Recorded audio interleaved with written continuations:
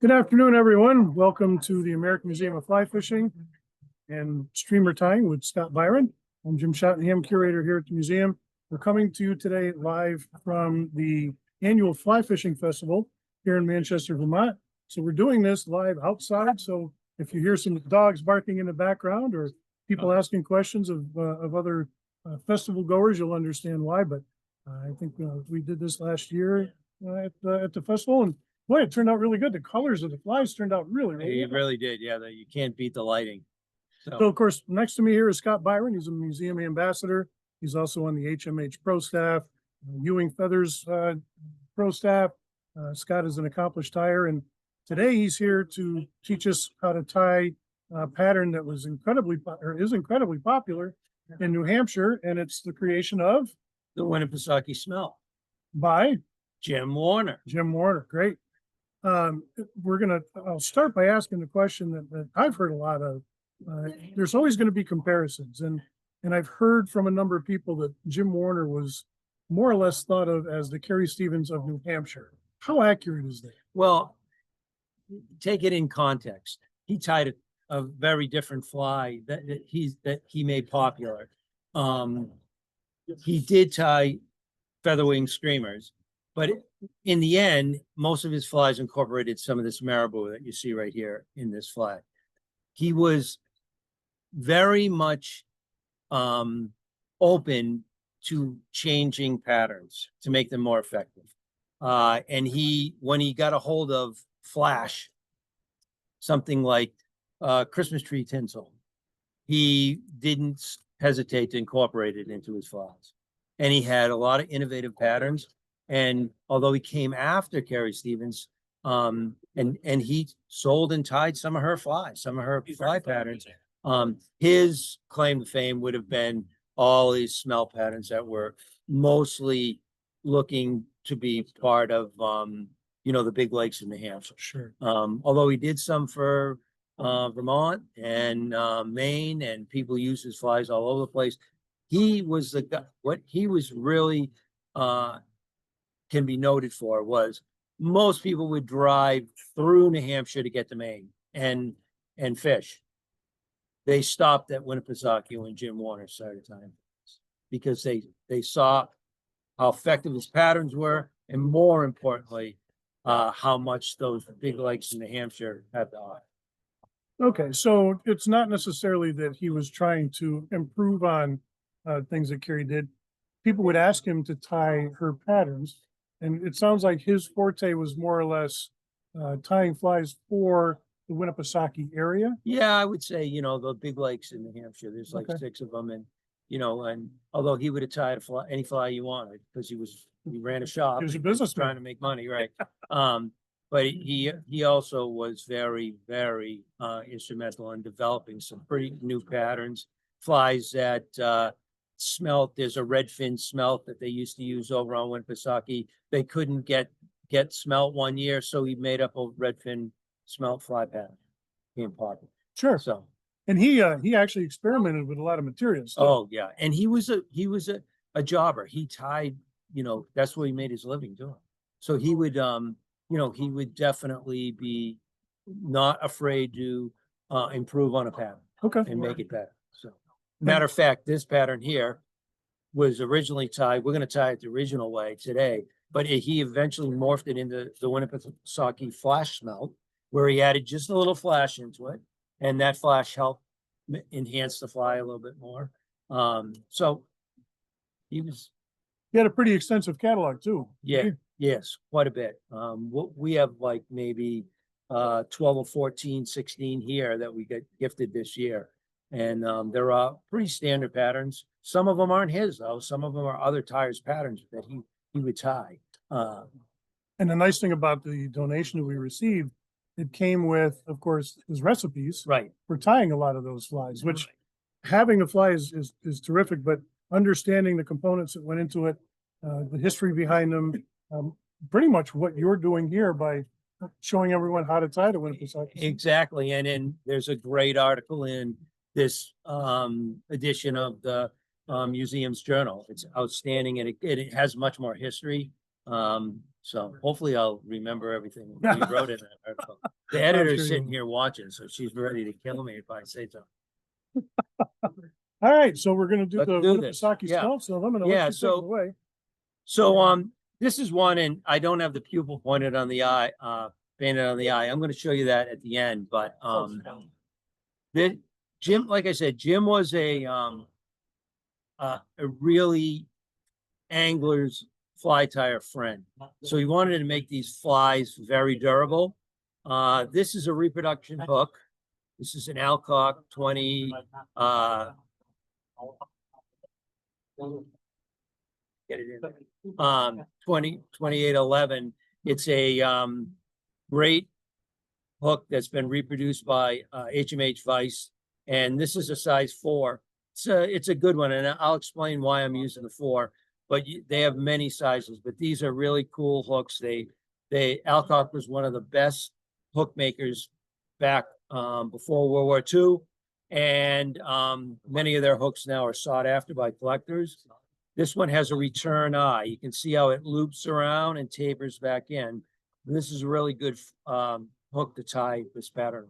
So Jim, being a really, in tune with anglers, because he fished, a lot of fly tires don't fish, but Jim did. And so he would make this a real durable fly. Basically what I do is I start the thread behind the return eye, and I'm going to work it all the way back. I'm trying to get a smooth base on here. One of the things that Jim did with most of his streamer flies is he put a double layer of tinsel on the body. And so you start the tinsel at the front, run it back, and then run it back forward. Most fly tires would start their tinsel in the back and run it forward with one layer. If I ran that tinsel over this bare hook without thread on it, it would not be pretty. It would slip around. It wouldn't have anything to adhere to. And this is like a concrete foundation for us. You'll see what I do. I'll put some head cement on this to really get this to hold that mylar tinsel down. So basically I'm going to bring it back to about where the hook point is. And then I'm going to run it back up, and I can barber pole it up because I've got a good base on it. Once I get it up there, what I'm going to do is I'm going to get some mylar. And mylar, Jim early on would have been using real metal tinsel. And mylar is a synthetic now that is a lot more forgiving to use. And it's a lot more durable. We have some flies here that in the museum that Carrie Stevens used, tied with metal tinsel, and they're green. The bodies are green because they've oxidized. So I'm just going to pinch this on, tack it in, and we're dealing with a little bit of wind here, so I may do some gymnastics here while I'm trying to put this together. But I'm going to lock this in. Go ahead. While Scott's locking that in and doing his dexterity exercises, I want to remind everyone that very recently Scott was a guest on Tackle Talk, where he demonstrated a lot of tips and tactics that he uses for constructing these flies while doing these webinars. So I encourage everyone to go back out to amff.org, find that webinars tab, and take a look for the Tackle Talk with Scott and the tips, tactics, and tricks. Yes, and we're going to do another one too. So I've got some varnish here. I'm going to put on this, some lacquer, brushing lacquer, and this is one of the things that he would do to make this durable. So we want the silver side out, and because this is a double layer, I'm going to have a really overly long piece to start with. And what he did was he edge butted it up. And if there was a little gap, it didn't matter because on the way up, he would cover it. And you just work yourself back. And you're going into that wet lacquer, and it's making it nice and strong, much more durable. In fact, I think that at times, he would actually, when he was done the body, re-lacquer the body. He was a big proponent in like I said before, making these very, very durable. You didn't want somebody coming back into the shop and telling him it fell apart. All right, so I'm almost back. Now I can pick up a little speed because that Mylar is getting a little shorter to work with. And it, this is a nice TRV rotary vise by HMH, and I could use it as a rotary vise. Probably on this fly, it would be really good, but I'm an old-fashioned guy, so I like to do it the old-fashioned way.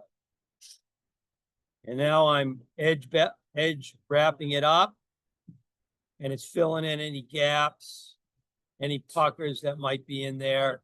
Should smooth them right out. We get up to the top. We'll just tie this right in, right about where that loop eye tapers back. And there we go. So that's the body. And like I said, he could have, he might have easily put some lacquer on top of this, but we're not going to do that today, mostly because we would have to wait and let it dry a little bit. So I'm going to put a little bit of a foundation down here to tie my materials. And I'm going to turn around every 2 seconds here and pick up materials. First material is white bucktail. You take a little bit of white bucktail. Actually, what I use is dovetail because it's a little thinner. In his pattern, he also used what he called capris. And capris is goat hair. The issue with today's goat hair is it's not long enough to tie this fly. So we moved to good old bucktail or dovetail.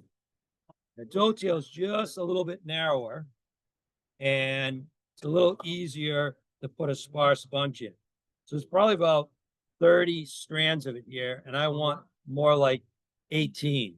So I'm going to kind of work my way down, calling it out. I twist it, kind of line everything up, lay it right in on top where I want to tie it in, snip it off, and in it goes. Here's the first layer. Now, first layer, if he was going to make this a flash, Winnipesaukee flash, he would probably put the flash in right now. Because the next material that we're going to use is a piece of peacock curl. We're going to put about 3 or 4 strands of peacock curl in. And you just snip it off. This gives the fly a lateral line like a smelt would have in real life. Oh, one gram hat? And when this stuff gets wet, it takes on different colors in the water column, making it very, very effective in giving it a look that makes it look very real. Gonna lay that right on top. Tack it right in with a few wraps. Snip off the waist. And I don't put any lacquer on this one because that's still wet and I don't really need it.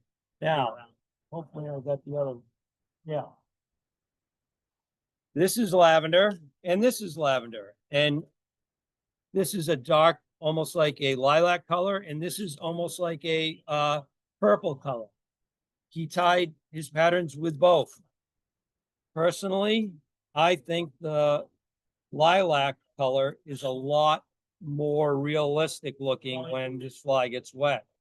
So that's what we're using. But most tires of his time would have tied with whatever they have. Oh, yeah. And again, I'm going to thin this out. Sparse is sparse. So Scott, that brings up a good point. What era was Jim tying these flies? Would have been 50s, 60s, 70s, And 80s. he tied up into the 70s, didn't he? Yeah. Oh yeah. 80s. You know, he was in the military. I think he was in the Korean War. And so and he did lots of different things. I know people who knew him. I never met him, but I know people who knew him well. And, you know, great guy, willing to teach anybody anything they wanted when it came to fly time. So the next challenge is white marabou. And you can buy marabou by the pound. Comes in a very big box. It's all put together like this. And I can probably take every one of these feathers out of this bag. It's not a pound, but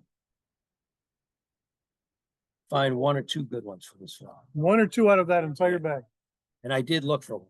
So I pulled one out. All right, what are you looking for when you're sorting through all that marabou? So what Jim wanted was a fly that didn't have a big center stem, because it gives it more action in the water. And he would change a number of different things. Sometimes he would actually strip off the marabou and tie it on loose, not with the stem. Sometimes he would take the stem and it would be long. He wouldn't throw that material away, but he would reach right in, and I'll do it on this one, although we don't really need to. And he would snip down and snip off a small bit of that stem that was showing. Because what he wanted was that to lay flat on top,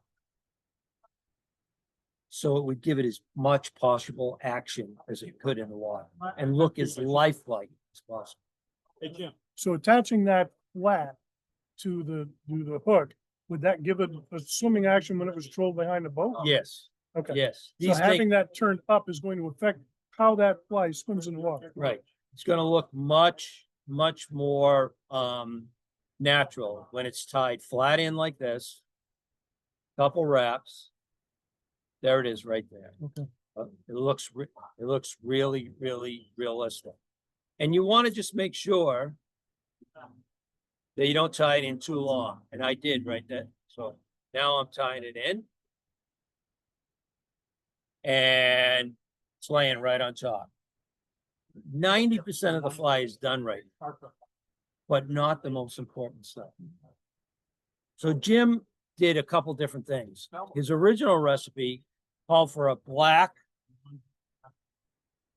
silver pheasant crest. If you find one of these, grab it, because they're very hard to get. And more importantly, they're not, you only get a few long ones. So over time, he eventually moved, and this one's tied with it, but this is black ostrich. Okay. The downside with black ostrich pearl is often when it's dyed and it gets wet, it will leak into the white feather and take away some of the look. So these silver pheasant crests, and I'll try to get one. And they're not a lot of long ones here. But if you win the auction, the frame flies, I had a really long one. The fly that I tied in there has a really long one of these on it. So what Scott is referring to, which is another reason to come visit us here in Manchester, all of the fly tiers that we have with us today generously donated a fly that they've tied. We have that in a wonderful shadow box. The tires have all signed a card, and that's going to be raffled off here at the museum today. Yep. Very shortly. Now, he would take this silver pheasant. Sometimes if it was a little on this, and you'll get my Boston accent on this, a little on the sparse. If it was Sorry, say that again? a little on the sparse. So he would sometimes take two and tie him in. Now these feathers are not, stems are not round. They're a little triangular, golden pheasant and silver pheasant. So we just kind of crush the tie-in spot with flat nose pliers that don't have any serrations in. And no, it doesn't make it weaker. It just flattens it. And you lay it right on top.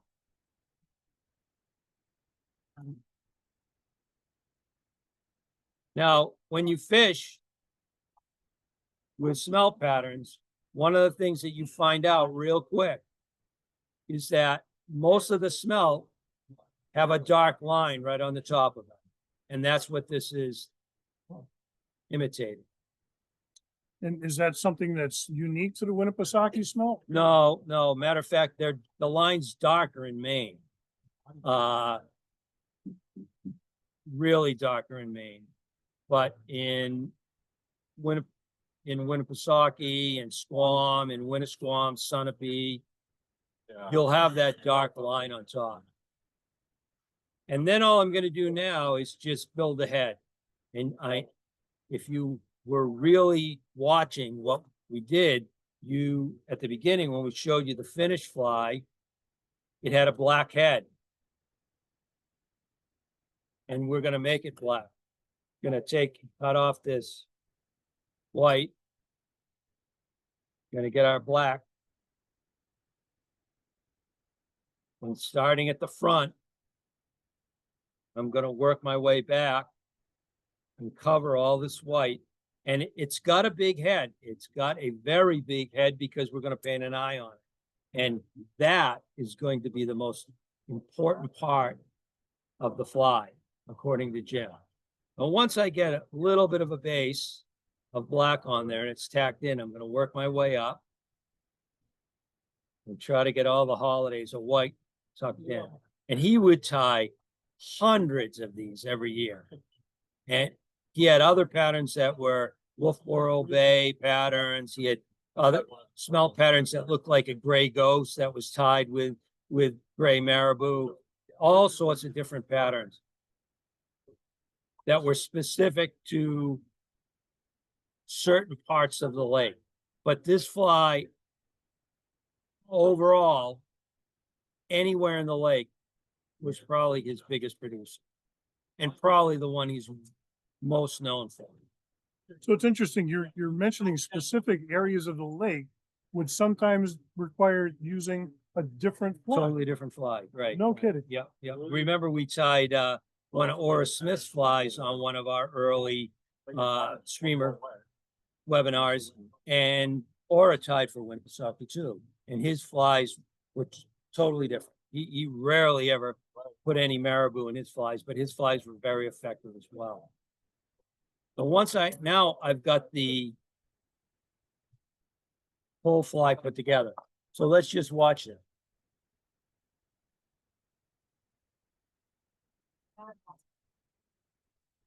How that slims right down. Slims right down. Looks really like a smelt. You have the white bucktail underneath. Then you got your lateral line of your peacock herl. Then that lavender. All the time when you look at smelt, when you pick them up, they have a blue, purpley, sometimes pink, sometimes even tan color to them. But for the most part, this is the coloring you want to imitate a smelt. Carrie Stevens was imitating a smelt with her gray ghost. Okay, all the colors that came together there, the orange body and everything, that was for her area. That was very close to smelt color. And then it's a series of coating the head with the lacquer and prepping it to put eyes on. And again, I'm going to tell you, you could leave something out on this fly, material, and the eye was the most important part of it. In his notes, when we looked through it, that was what made or break this fly. The reason it made or would make or break this fly was because he used pearlescent paint colors, and it made the eye. Smelt's eyes are bulbous. They kind of bulge out like it's holding its breath and its eyes are pumping out. I'm going to put in a fly that I tied earlier that has a painted eye on that side. Okay. See the pupil? But on this side, it only has the white, right? We're going to end and we're going to finish, put a pupil on. Here's one that doesn't have anything on it that I tied earlier this morning. And you notice there's a star on the bottom. Thank you. I was going to Ask me about that. why. Yeah, of course. Right? It is to keep that marabou out of the way, because the minute we put the paint on it, it's going to go all over the place. The wind's going to blow. You're going to cough. you're gonna do something and it's gonna move. So, you know, honestly, Jim used a small little dowel that he had made. I use these cotton tip applicators. These things are great. In the tackle talk, we talked about this. They're for me, they're the perfect size for the eyes. So what I do is I just flip it towards one side, just touch it. And I'm pressing with my free hand on my hand that I have the paint on to steady it.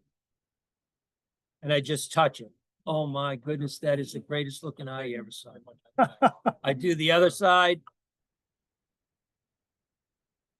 And there you go. And if you look at them, it might be hard to see on the camera, but they bulge out a little bit. And that's what we were looking for. Then what he So would, I'm assuming you don't want to be too stingy with the paint if you want it to bulge a little bit, right? right. And Jim actually did some interesting things. He would sometimes use a gold color first and dot it with gold and build it up and then finish it with the pearlescent white and the pearlescent black. So it's kind of interesting to see how he might have done that. Now, we'll take this one out and we'll insert the other one back in because you can't paint it until it dries. So the stickers are not lined. Stickers are, Let's see, where did I put it? There it is. Whoop, I moved my can. I moved the camera. Okay. So here it is. And you can see what's going on with what's going on with the feathers. They're blowing around. So I slide the star on, well, I mean, There. fish are fresh water, pipe and bass. turn it up. Now, if I can find them, should be here somewhere. There they are. Now what I do is I take these Oh, no problem. Fine. toothpicks and I just snip the end off and I flatten it a little bit. And that gives me the pupil. And so this is black pearlescent. And you get these, well, you used to get them at Joann's, but now that's Michael's. Can't keep up with all these hobby stores. Same thing, just a little dot. That's another beautiful eye. I'm on today. I am on today. Put this aside so I don't get paint all over. And I would let that dry. Once everything was dry on this, and I can do it on this side, what I would do is take a little bit more lacquer and just coat over that eye with lacquer. It doesn't do anything to change the pearlescent look to it, but it makes it a little more durable. Okay. And Jim would have been less apt to use lacquer on his heads, and he would have been globbing tons of super glue on it. He was big on the super glue thing.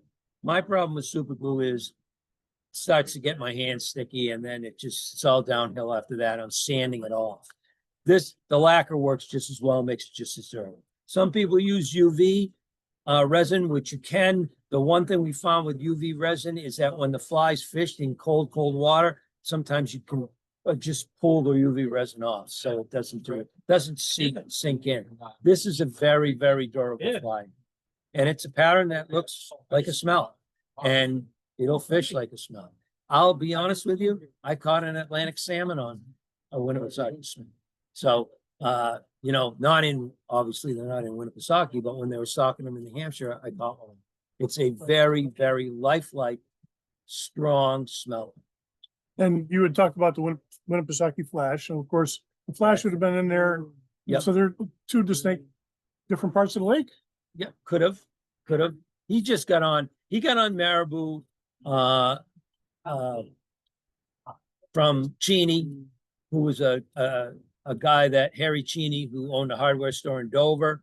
Dover, New Hampshire, he got in with him. Harry used a lot of Marabou, and wouldn't you believe it? But that got Jim into the Marabou. Marabou was easy to get.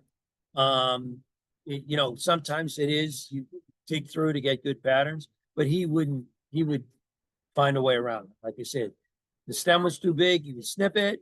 The stem was too big and the feathers were long, he would tie the feathers in bunches, whatever worked. But this is, you don't fish on Winnipesaukee or any of the, lakes in New Hampshire that have salmon Mhm. without this, having one of those in your fly Without box. that smell. Yeah. So, and then like we talked about earlier, he did offer a number of other patterns. Oh, tons of them. But that had to be one of the This top was his sellers. signature. Okay. Yeah, this would have been his signature. And pattern. because he was a jobber, I'm sure he sent those out to a lot of different places. Lots of places. He tied them as tandems. He tied them smaller, as casting flies. They all were excellent. Well, thank you. Yeah, we're gonna widen the screen back out here for everybody. There we are. Well, that's great. So Jim Warner fly, Winnipesaukee smelt, useful in other bodies of water, I'm Yep. assuming? Yep. Okay. Definitely. You know, smelt, bait fish like pattern. Mhm. And very effective, as were all his patterns. And we got some comment. Well, that's something that we should mention. So the article that recently appeared in the journal about the Warner flies actually turned out to be a very positive thing for us. I think you were contacted by somebody about We were contacted by a gentleman who donated, they're in the mail, somewhere around 40 patterns, which will be kind of cool. We might have a little follow-up article to what we wrote before that was to great. show some progression and really interesting way fly tires would progress through their flies. I've seen some of them. He sent me some pictures of them, and there's some of the true life patterns, which were the patterns that he tied near the end. They had a lot of synthetic material on them, and they look really much more lifelike. So we're excited to kind of see those. And Was there a specific era when Jim transitioned from natural materials to synthetics? no, I think I remember hearing him say that he went to the craft store with his wife and saw something and thought about adding. And then it was like never pass up a trip to the craft store with your wife. So he was not I have a very good friend of mine who knew him very well. He's a retired game warden, so he was in the shop a lot. You know, that's where they found out who the poachers were. And he said that Jim was not afraid to enhance his flies with synthetic material to make them more effective. Awesome. Awesome. Sounds interesting. Well, listen, I can't thank you enough for tying the pattern, but you know, we're not done here today. Scott has been overly generous with his time, always has been. Scott, you've joined me for a number of these streamer pattern webinars. Scott joined us for the very first episode of Tackle Talk. Scott has been an amazing volunteer. I don't think there's anything you that I've asked of you where you said no. It's hard to say no to you, Jim. Well, you know, Scott has accompanied me on trips to visit with potential donors. Scott was kind enough to come with and represent the museum at an Atlantic Salmon Federation dinner. Scott recently, for the last couple of years, has been helping us out at the kids clinics, teaching the children how to tie flies, and not just any fly, but something that they're going to be proud to put in the water and catch a fish on. In addition to all of your ambassador work, I hear nothing but positive things. I think our executive director's here to share something with you. There's Sarah Foster. Sarah, have a seat. As Jim said, you go above and beyond, so we are presenting you with the Volunteer of the Year. Oh, my goodness. You didn't have to do that. Thank you very much. You got a boy. Thank you very much. Thank you. I enjoy it, so. Well, again, we're very blessed to have Scott on the ambassador staff, and I can't thank you enough, my friend. Thank you. Appreciate it. Thank you, everyone. I hope you enjoyed this. Share this with your friends. Of course, this will be up on the museum's website under our webinars, and look forward to another episode of Streamer Time. Thank you, everyone. Can you see that, Scott? There you go. There it is. Got it. Perfect. Is that a good surprise? Oh, I had no idea. Thank you. You don't have to do those things, you know. I like doing this. Do you want the paper to wrap it up in, or are you gonna, the Yeti? Yeah,